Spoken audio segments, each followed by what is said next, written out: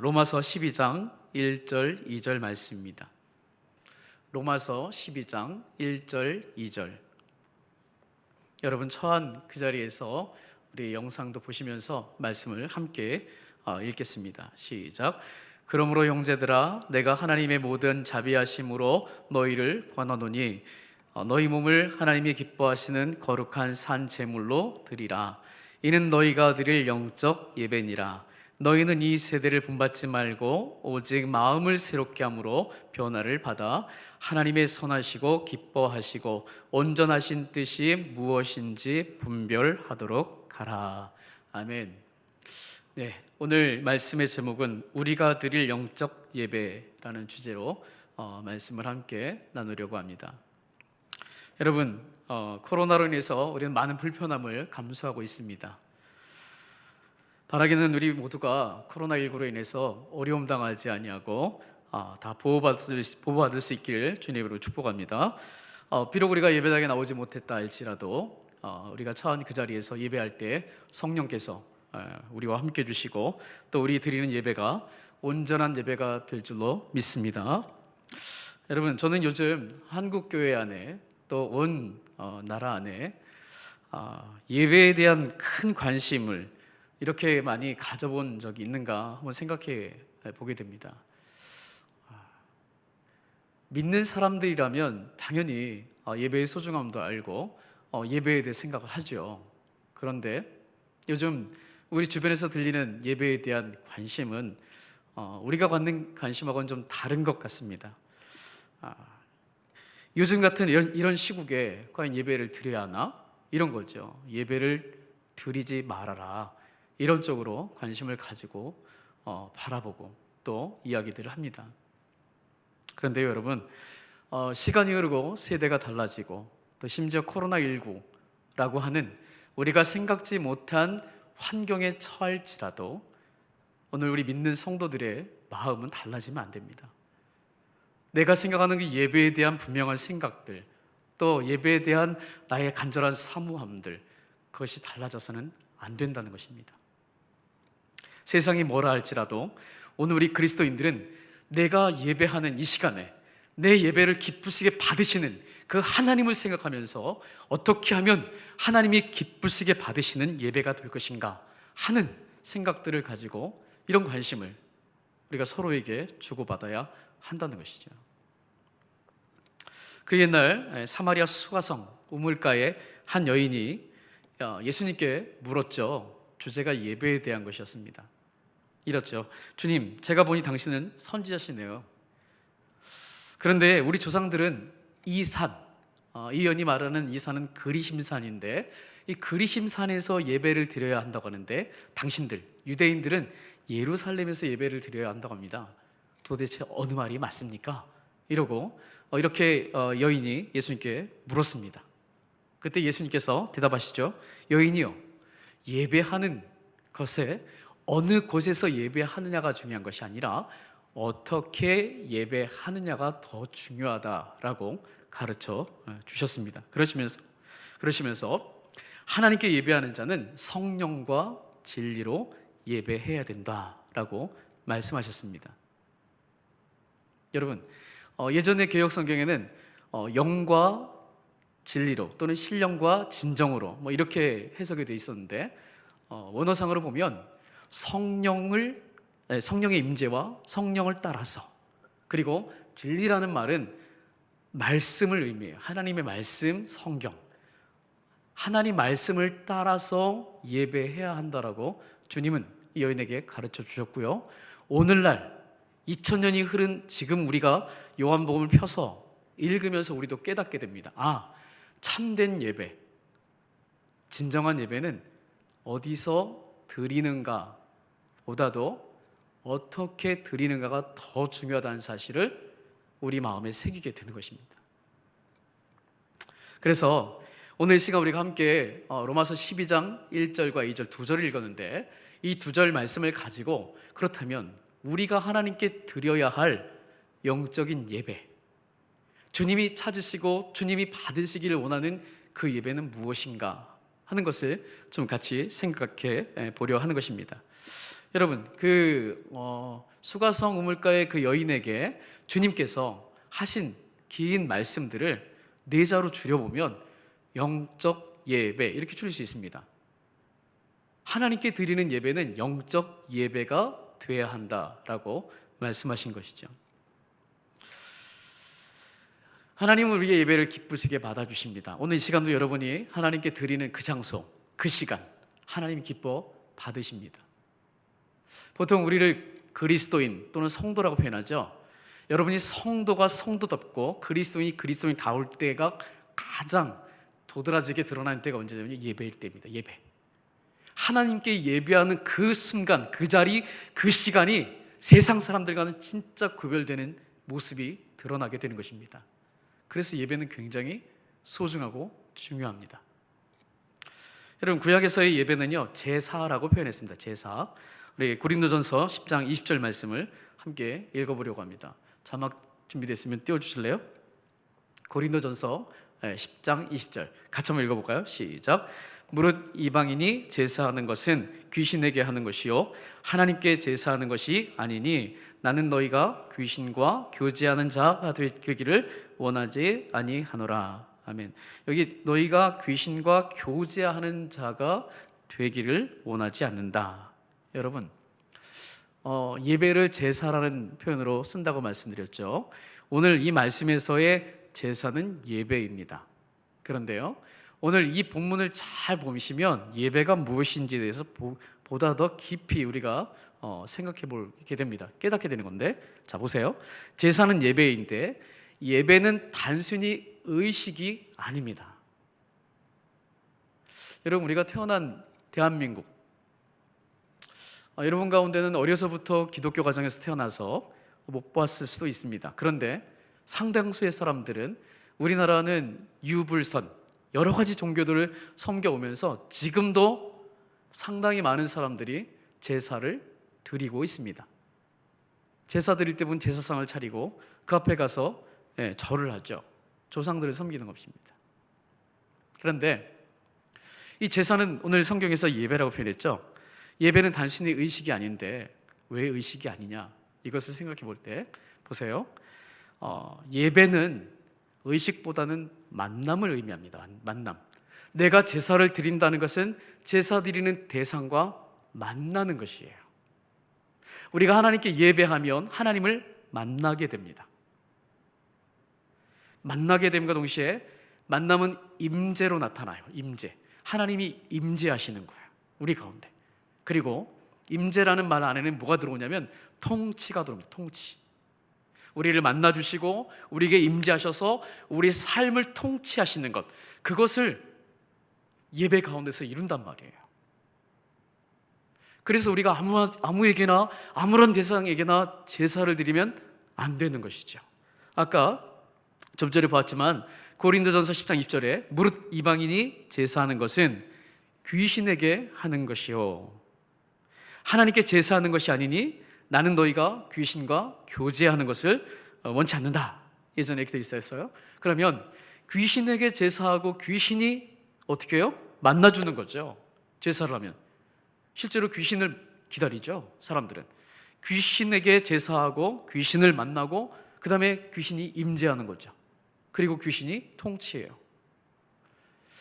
부인하고 싶겠지만 세상은 딱 두 부류로 나눠져요. 하나님께 통치를 받는 자와 세상을 다스리는 통치자, 보이지 않는 공중권세자분은 원수 마귀가 다스리고 통치하는 자, 딱 두 부류로 나눠지는데, 여러분, 우리가 어떤 예배를 드려야 할지에 대해서 다시 한번 깊이 생각해 봐야 되는 분명히 그런 말씀이죠. 우리가 하나님을 예배한다면, 오늘 시간 우리가 하나님을 예배한다면 우리는 하나님을 만나게 되는 것입니다. 믿습니까? 하나님을 만나야 되는 거예요. 예배의 목적은 의식이 아니라 그랬죠. 여기서 우리가 예배 시간 잘 마치고 예배 잘 드렸어, 출석했어, 이것이 아니고 예배는 항상 우리가 하나님 앞에 나왔을 때 하나님을 만나려는 우리의 마음의 중심이 있어야 한다는 거예요. 그리고 하나님을 만나면 하나님의 임재가 우리 가운데 임하는 거예요. 이것을 여러 말로 표현할 때 감동을 받았습니다, 은혜를 받았습니다, 깨달았습니다, 이렇게 표현하는 거죠. 하나님의 임재가 있는 거예요. 그리고 그 임재가 들어오면 그때부터 우리는 하나님의 통치를 받게 됩니다. 내 마음 내 생각대로 살지 아니하고 세상에서 들어오는 수많은 잡다한 소식에 의해서 끌려다니는 게 아니라 하나님의 통치를 받으면서 하나님의 뜻 가운데 살아가는 진정한 그리스도 성도가 되어지는 것이죠. 이것이 예배예요. 그래서 예배는 너무나 소중한 것입니다. 오늘날 교회가 예배를 드리냐 마느냐 이런 얘기가 사실 이 앞에 서면 영상으로 드리냐 현장 예배를 드리냐 이런 것들조차도 이 예배가 무엇인지 알게 되면 내가 영상으로 드리든 아니 현장에 나오든 내가 예배자로서의 생각과 가치가 달라질 수 있다는 거예요. 여러분, 우리는 누구를 예배해야 합니까? 오늘 시간 영상으로 예배 드리시는 여러분은 누구를 예배하고 계십니까? 살아계신 하나님을 예배하는 줄 믿습니다. 우리는 하나님 앞에서 하나님을 예배하려고 이 자리에 나와 있습니다. 그리고 그 하나님을 만나야 되는 것이죠. 그렇다면 우리가 드릴 새로운 영적 예배, 그 예배는 어떤 예배인가? 오늘 본문에서 찾아보려고 합니다.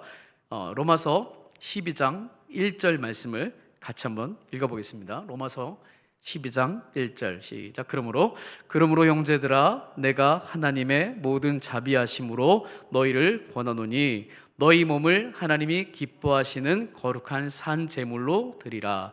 이는 너희가 드릴 영적 예배니라. 아멘.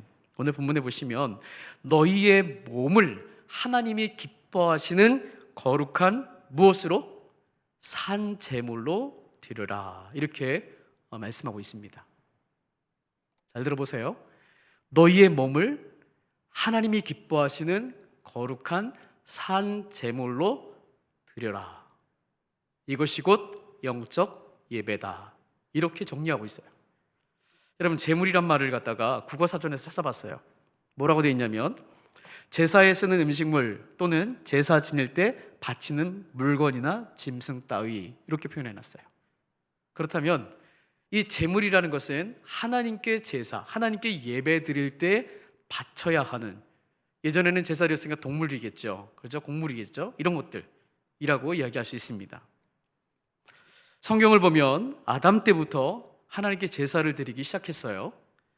가인과 아벨이 잘 아는 대로 창세기 4장에 등장을 하는데, 가인은 어려서부터 농사를 짓는 농사꾼이었습니다. 그래서 그가 하나님께 제사를 드릴 때는 그의 제물은 뭐였냐면 곡물이었어요. 그런데 아벨은 양치기였습니다. 그래서 그는 하나님께 제사를 드릴 때 제물을 양으로 하나님께 올려드렸습니다. 그게 제물이에요. 근데 이 제물을 드릴 때는요, 아무렇게나 드려서는 안 돼요. 하나님께 드려야 할 그 제물을 어떻게 드려야 되는지 성경은 잘 표현하는데, 그 중에 레위기서가 아주 잘 표현해요. 레위기서 1장 3절로 9절 말씀을 한번 같이 읽어보려고 하는데, 보시면 한번 같이 읽어봅시다. 시작. 그 예물이 소의 번제이면 흠없는 수컷으로 회막문에서 여호와 앞에 기쁘게 받으시도록 드릴지니라. 그는 번제물의 머리에 안수할지니 그를 위하여 기쁘게 받으심이 되어 그를 위하여 속죄가 될 것이라. 그는 여호와 앞에서 그 수송아지를 잡을 것이요 아론의 자손 제사장들은 그 피를 가져다가 회막문 앞 제단 사방에 뿌릴 것이며, 그는 또 그 번제물의 가죽을 벗기고 각을 뜰 것이요 제사장 아론의 자손들은 제단 위에 불을 붙이고 불 위에 나무를 벌려놓고, 아론의 자손 제사장들은 그 뜬 각과 머리와 기름을 제단 위에 불 위에 있는 나무에 버려 놓을 것이며, 그 내장과 정광이를 물로 씻을 것이요 제사장은 그 전부를 제단 위에서 불살라 번제를 드릴지니 이는 화제라 여호와께 향기로운 냄새니라. 아멘. 여러분, 성경이 길죠. 말씀이 길고 또 내용도 복잡합니다. 그런데 왜 하나님은 이렇게 복잡한데 이 말씀을 주셔서 제물을 드리게 했을까요? 이런 식으로.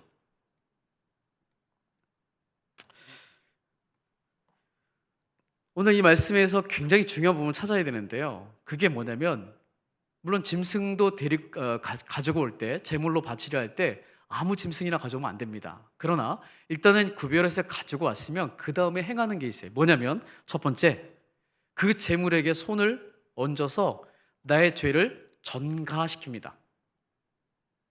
그냥 죽이는 게 아니고 내 죄를 전가시켜서 그에게 옮겨주는 거죠, 내 죄를.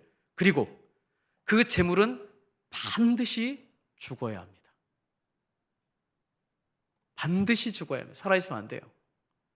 재물이라는 것은 내 죄 대신 죽는 것을 재물이라고 표현할 수 있는 것입니다. 여러분, 그런데 오늘 본문을 보시면 이 재물이 어떤 재물인지 다시 한번 성경을 봅시다. 로마서 12장 1절 다시 한번 자세히 보세요. 어떻게 표현하는지 한번 다시 띄워주세요. 봅시다. 시작.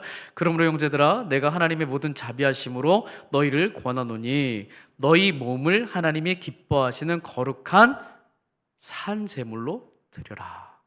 오늘 본문이 너희의 몸을 거룩한 제물로 바쳐라 이렇게 말하지 않고 거룩한 산 제물로 드려라 이렇게 말씀하고 있어요. 여러분, 제물은 죽어야 되는 거예요. 내 죄를 대신해서 죽어야 할 제물이, 오늘 본문에서는 너희 몸을 거룩한 산 제물로 바쳐라 이렇게 말씀하고 있다는 거예요. 달라졌다는 거예요. 죽지 않아도 된다는 거죠. 그리고 바울은 이걸 하나님께 구별된 영적 예배라고 표현하고 있어요. 그럼 생각해 봐야죠. 여러분, 몸을 바쳐야 돼요. 우리의 몸을. 그런데 거룩한 제물이면 죽어야 되는데 인신 제사가 되는 거죠. 그런데 하나님은 우리에게 인신 제사를 드리라는 게 아니에요. 우리 몸을 거룩한 산 제물로 드려라 이렇게 말씀하는 거예요. 산 제물로 살아있어라, 살아있는 채로 드려라 이렇게 말씀하고 있어요. 여러분, 하나님은요 우리를 받으시기를 원하십니다. 우리가 드리는 헌신, 또 헌금, 봉사, 여러 가지가 있을 수 있겠죠. 그러나 하나님이 가장 기쁘시게 받으시는 것은 자신입니다. 나 자신이 하나님께 드려지는 것을 하나님이 가장 기뻐하셔요. 그래서 여러분, 예배당에 오거나 예배 자리에 있을 때 가장 중요한 건 바로 나 자신이에요. 내가 하나님께 거룩한 산 제물로 드려져야 한다. 단순히 교회 와서 앉아있다고 예배가 되는 것이 아니라 사실을 그래서 강조하는 거예요. 하나님 우리를 받으시길 원하세요. 요한복음 4장 23절로 24절에 보니까 한번 볼까요? 같이 읽어요. 시작. 아버지께 참되게 예배하는 자들은 영과 진리로 예배할 때가 오나니 곧 이때라. 아버지께서는 자기에게 이렇게 예배하는 자들을 찾으시느니라. 아멘. 분명히 하나님이 찾으시는 예배자가 있어요. 그 예배자 누구냐?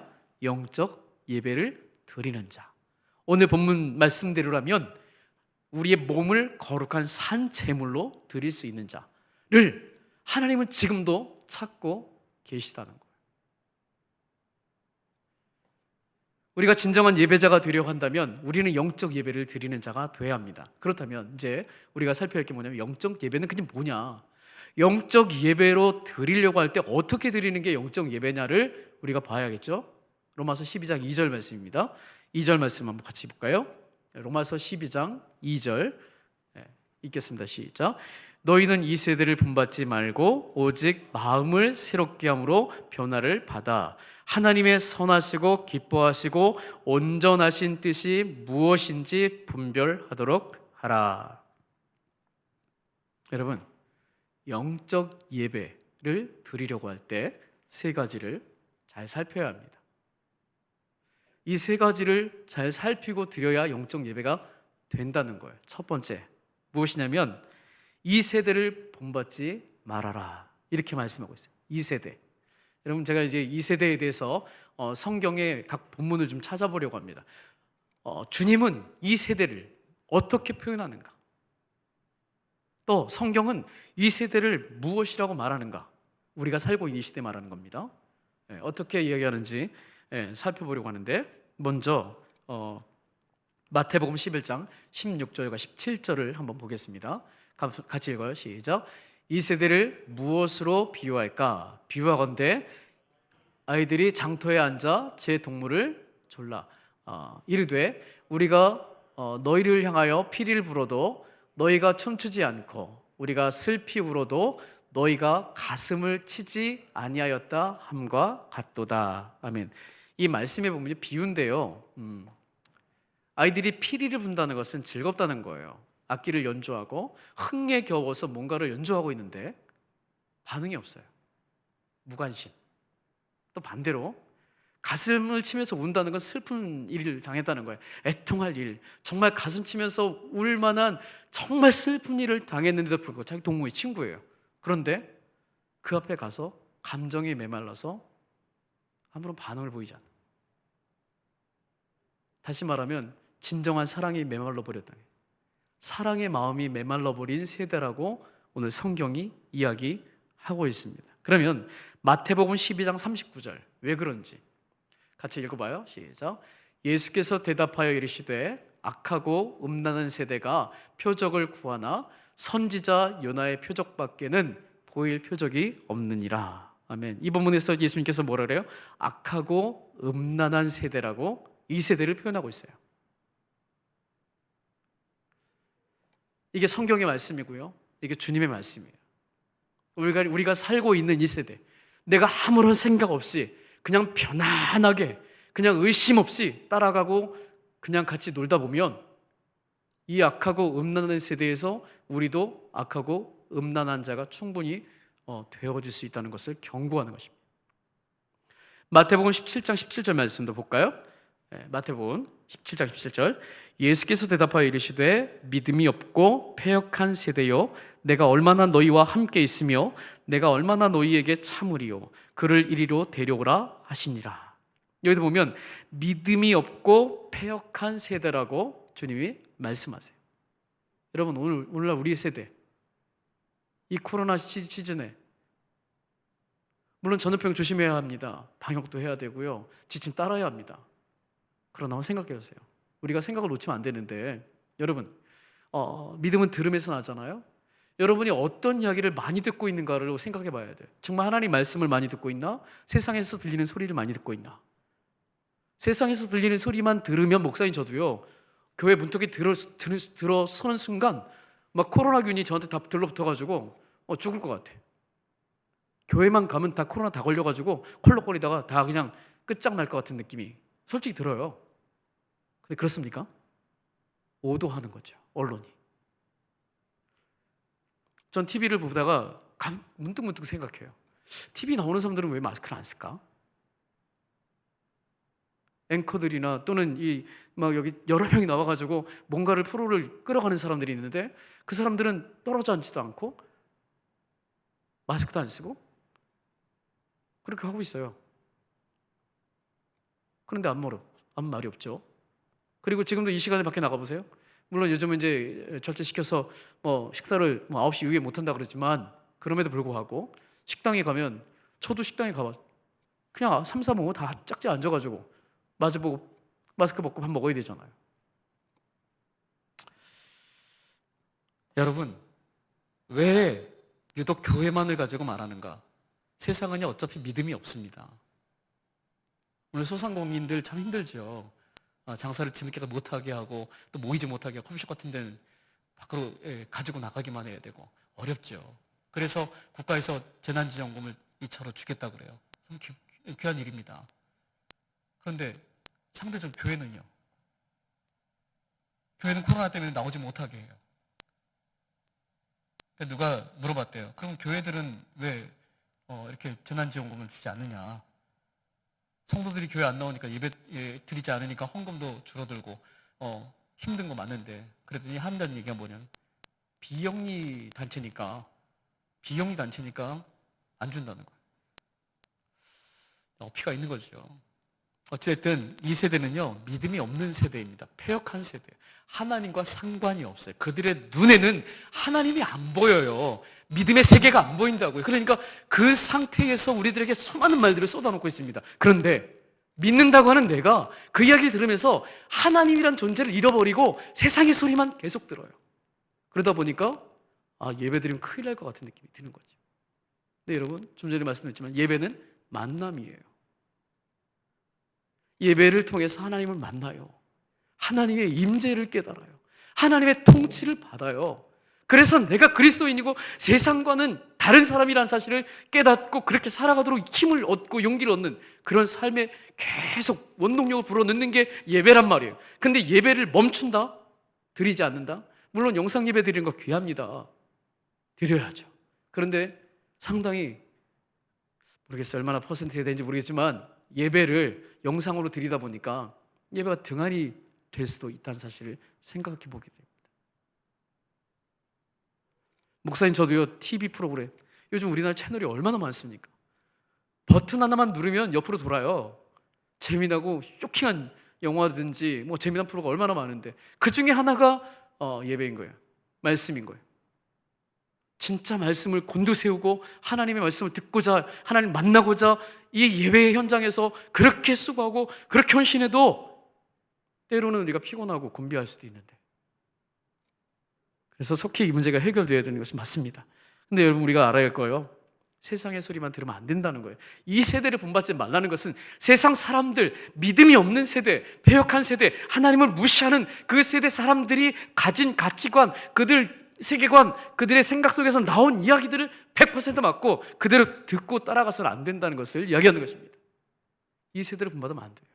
우린 다르게 살아야 되는 사람들입니다. 구별된 사람들이에요. 본문에 보면 이 세대를 본받지 말아라. 본받지 말아라. 본받는다는 게 뭐냐면 따라간다는 거예요. 그렇게 행한다는 거예요. 그렇게 닮아간다는 거예요. 그들과 하나가 되고 연합하고 그들을 순종하게 된다는 거예요.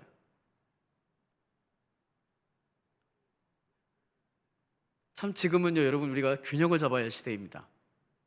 무엇이 신앙인지, 내 믿음의 주소가, 현 주소가 어딘지 점검해야 되는 시기예요.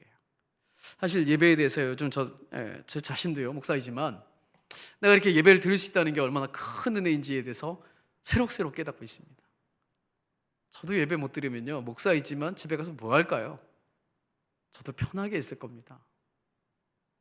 그런데 예배를 드리니까 하나님의 은혜에서 다시 한번 생각하게 되고, 어떻게 하면 바르게 살아야 할지에 대해서 내 자신을 다시 고쳐 바르게 세우려고 하는 노력들이 생기는 거죠. 우리가 그동안 마음껏 예배할 수 있고 마음껏 소그룹할 수 있고 내가 오고 싶으면 언제든지 와서 기도할 수 있고, 이런 환경이 얼마나 큰 축복이었는지 우리는 지금 새록새록 깨달아야 돼요. 요즘은 교회 오고 싶어도 잘 못 나가게 되고, 또 가는 것이 눈총받게 되고, 이런 시대가 되었잖아요. 그러나 여러분, 우리는 변함없이 지금 전염병을 지나갈 것입니다. 그때까지 조심해야 되는 건 맞습니다. 그러나 우리의 마음이 흔들리면 안 돼요. 우리는 예배자가 되어야 합니다. 영적 예배, 거룩한 산 제물로 바쳐져야 할 사람들이에요. 그래서 이 세대를 따라가서는 안 됩니다. 누구를 따라가야 돼요? 하나님 말씀을 따라 살아야 합니다. 내 삶이, 내 생각이, 내 말이, 내 행동이 하나님을 따라가게 될 때 그 사람이 거룩한 산 제물로 드려지는 것이고 영적 예배자다라고 성경은 이야기하는 거예요. 두 번째, 오직 마음을 새롭게 하여 변화를 받으라. 오늘 본문 중간에 그렇게 말씀해요. 오직 마음을 새롭게 함으로 변화를 받아야 된다. 여러분, 여기 마음을 새롭게 한다는 것은요, 현재 진행형이에요. 한 번에 끝나는 게 아니에요. 여러분, 믿음의 단계를 보면 성화라는 단계가 있어요. 성화는 거룩하게 되어져 가는 단계인데, 우리가 예수 믿어서 구원받는 것은 단회적으로 빨리 순간적으로 될 수 있습니다. 그러나 거룩해지는 것은요, 우리가 죽을 때까지 해야 되는 거예요. 이 세상에서 내가 영적인 싸움 속에서 하나님의 자녀답게 세워지는 그 싸움을 계속해 가야 되는데, 현재 진행형이에요. 매일같이 마음을 고쳐야 돼요. 속습니다. 이 마음은요, 전쟁터입니다. 마음은 생각과 연결이 되죠. 가장 치열한 전쟁터가 어디냐? 마음과 생각이에요. 여기에다 계속 세상이, 사탄이 온갖 생각을 밀어넣습니다. 그리고 하나님 말씀도 이 안에 들어와서 우리를 새롭게 합니다. 이 두 마음이 싸우는 거죠. 그래서 분별을 해야 돼요. 내 마음에 있다고 다 내 생각이 아니고 하나님 뜻도 아닙니다. 그래서 하나님의 메시지 속에서 하나님과의 관계를 잘 세워야 되는데, 이것을 성경이 뭐라고 말하냐? 매일같이 반복적으로 우리 마음을 새롭게 바꿔가야 한다는 거예요. 그리고 변화를 받으려는데, 변자로 시작하는 말들이 많아요. 그 중에 변질이라는 말이에요. 변질. 변화와 변질은 엄연히 다르죠. 변화는 새롭게 되는 것이지만 변질은 썩는 것입니다. 또 다른 말이 또 하나 있는데요. 변장. 겉으로 보기엔 변화받은 것 같은데 내적으로 보니까 변화가 안 된 사람. 변장이죠. 성경은 뭐라고 말해요? 오직 마음을 새롭게 하여 변화를 받아라. 변화를 받아라. 변화받아야 합니다. 그러니까 이 변화되는 것은 내 마음대로 안 돼요. 여러분 신앙생활 50년, 제가 50년 얘기 자꾸 하는 이유가 우리가 길어야, 글쎄요, 물론 뱃속에서 태어나가지고 90까지 살면 90년을 신앙생활 한 게 되겠죠. 그런데 뭐 저같이 한 20살 때 예수 믿으면 몇 년 할까요? 하여튼 50년이면 짧은 세월 아니잖아요. 이렇게 긴 세월을 신앙생활 했다 할지라도 진정한 변화가 없이 신앙생활 했다면, 궁극적으로 변화가 안 된다면 이게 문제잖아요. 근데 그 변화를 누가 하느냐? 내가 사모하는 것은 맞지만 성령이 임하셔야 변화가 돼요. 하나님의 영이 우리 가운데 임해야 우리가 변화되는 거예요. 그래서 그리스도인들은요, 변화를 사모해야 합니다. 성령이 내 안에 오셔서 나를 변화시켜서 새로운 사람, 하나님을 사랑하는 사람, 진짜 하나님 나라를 사모하는 사람으로 바뀌어지는 역사가 있어야 한다는 거예요. 그렇게 변화받은 사람들이 드리는 예배가 영적 예배가 되는 것입니다. 세 번째로요, 끝부분에 보니까 하나님의 선하시고 기뻐하시고 온전하신 뜻이 무엇인지 분별하도록 하라. 여러분, 분별하는 거, 정말 지금 정말 중요합니다. 분별. 이게 하나님 뜻일까? 저게 하나님 뜻일까? 어떤 게 진짜 하나님 뜻이지? 알 수 없는 상황 속에서 흔들릴 때 분별이 필요하죠.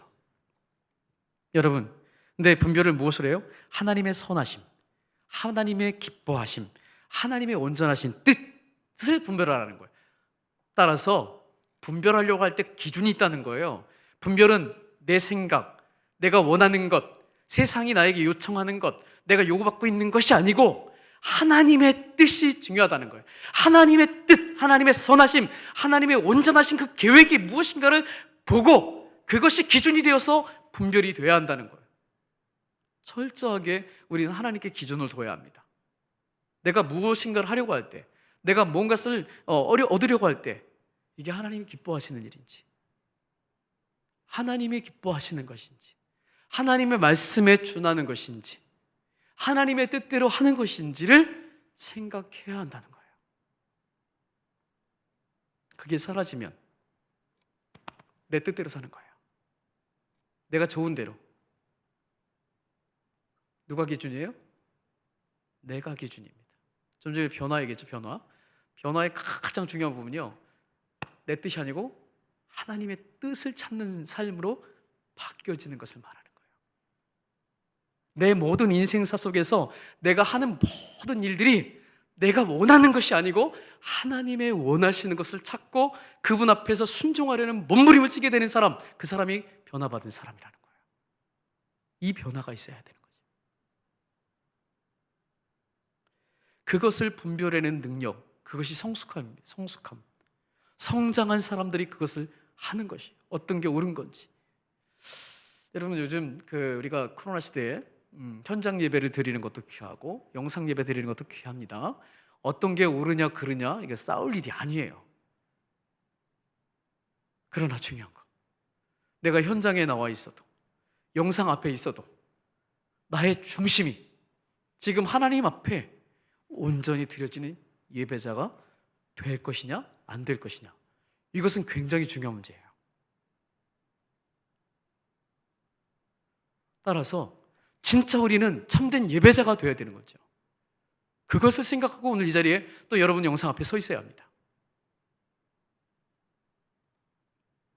요한복음 4장 23절 24절 말씀을 한번 보겠습니다. 요한복음 4장 23절 24절 같이 읽어요. 시작. 아버지께 참되게 예배하는 자들은 영과 진리로 예배할 때가 오나니 곧 이때라. 아버지께서는 자기에게 이렇게 예배하는 자들을 찾으시느니라. 하나님은 영이시니 예배하는 자가 영과 진리로 예배할지니라. 아멘. 정말 참된 예배를 말할 때 이 요한복음 4장 말씀은 너무나 중요한 말씀. 왜? 예수님께서 친히 가르쳐 준 말씀이니까. 오늘 이 땅에 드리는 모든 예배가 정말 주님이 기뻐하시는 예배가 되려고 할 때 이 본문을 보지 않으면 안 되죠. 근데 중요한 게 뭐냐면 하나님께 참되게 예배할 때가 임한다는 거예요. 그때가 언제냐? 성령이 임하시고 하나님 말씀이 우리 가운데 충만히 임할 때, 그리고 그 성령을 따라서 하나님이 말씀하시는 대로 예배할 때 그 예배가 진정한 참된 예배가 된다는 거죠. 여러분, 조금 있으면 우리나라 명절인 추석이 다가옵니다. 여러분, 추석 하시면 여러 가지 생각이 들겠죠. 그런데 저도 제가 20살 때 예수 믿었잖아요.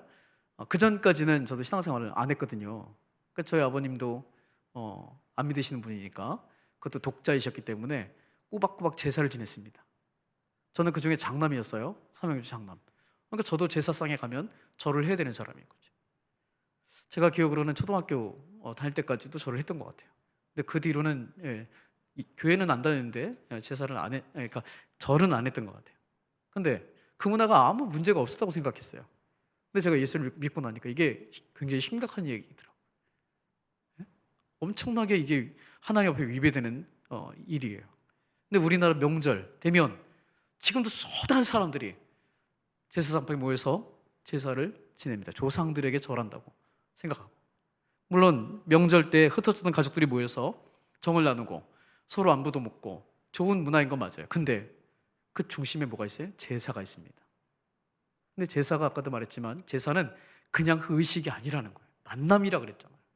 내가 지금 누구를 예배하느냐, 누구에게 제사를 드리냐가 엄청나게 중요하다는 거예요. 조상이지만 성경에 보니까 이방인의 제사는 귀신에게 하는 것이다. 여러분 성경대로라면, 여러분 믿는다면 사람은 죽으면 다시 못 와요. 이미 죽은 것은 끝난 것입니다. 그러면 이 세상에 떠도는 것은 다 뭐예요? 공중 곳에 잡은 사탄의 쫄개들, 다 귀신들이 역사하는 거예요. 근데 거기다 절하고 거기다 제사를 드리고 있단 말이에요. 그들과 만나는 거예요. 오늘 우리는요, 하나님을 만나야 합니다.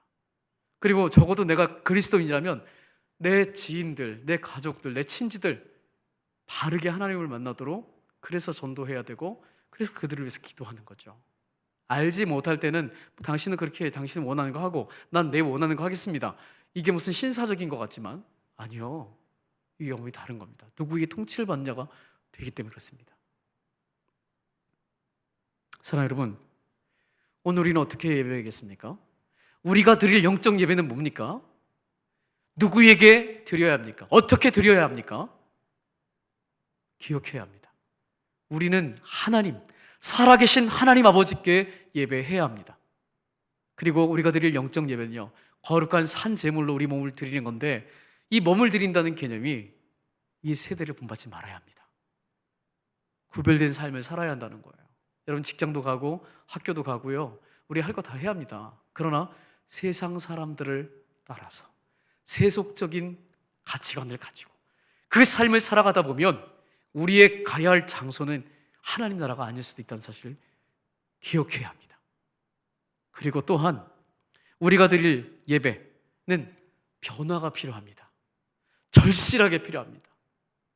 우리가 하나님을 믿는다면 우리 성령의 임재를 사모해야 합니다. 하나님, 내 안에 임하셔서 나를 변화시켜 주옵소서. 나를 새로운 사람으로 거듭나게 붙잡아 주시옵소서. 난 내 힘으로 안 되지만 하나님의 영이신 성령이 나를 잡으시면 나는 새로운 사람이 될 수 있습니다. 하나님 도와주세요. 갈급히 찾으면서 기도해야 합니다. 그래야 이 세대를 벗어날 수 있어요. 이 세대가 가는 그 거대한 흐름에서 나올 수 있습니다. 그리고 세 번째요, 우린 분별해야 합니다. 무엇이 하나님의 뜻인지, 하나님이 무엇을 기뻐하시는지 분별해야 합니다. 그렇지 않으면 아무 생각 없이 그냥 편안하게 내가 생각지 않은 자리에 가 있을 수 있다는 거예요. 그런 상태에서 예배당에 와서 예배 드릴 때 여러분, 그 예배가 거룩한 예배가 되겠습니까? 우리의 생각이 다 뺏겼어요.